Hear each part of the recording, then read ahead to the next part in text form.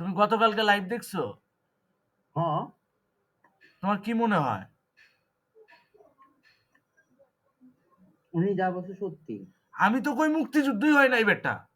Major ডালিমরে আবার cow দাঁত মাইজা আসতে, আইসা লাইভে এসে এই বিষয়টা ইয়ে করতে, এক্সপ্লোর করতে, এক্সপ্লেইন করতে বলো। বুঝছো? মুক্তিযুদ্ধই হয় নাই।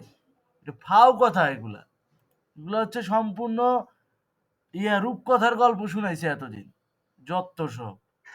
তুমি মেজর ডালিমরে লাগলে আবার ফোন দাও, দিয়া কও দাঁত মাইজা এসে আবার লাইভে আসতে।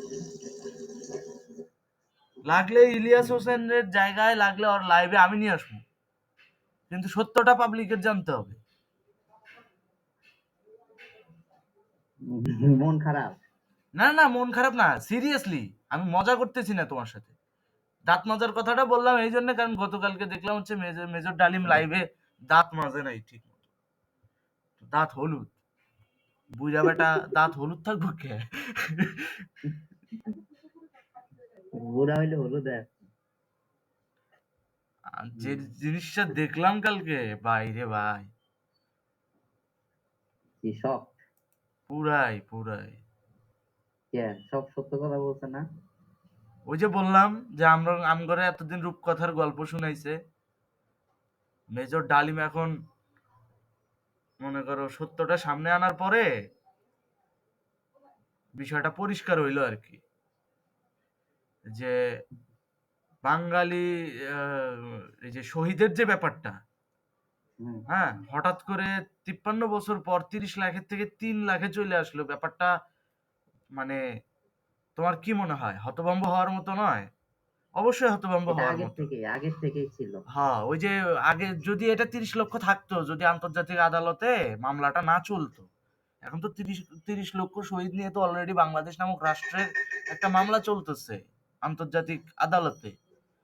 এটা যদি না চলতো তাহলে 30 লাখই বহাল থাকতো।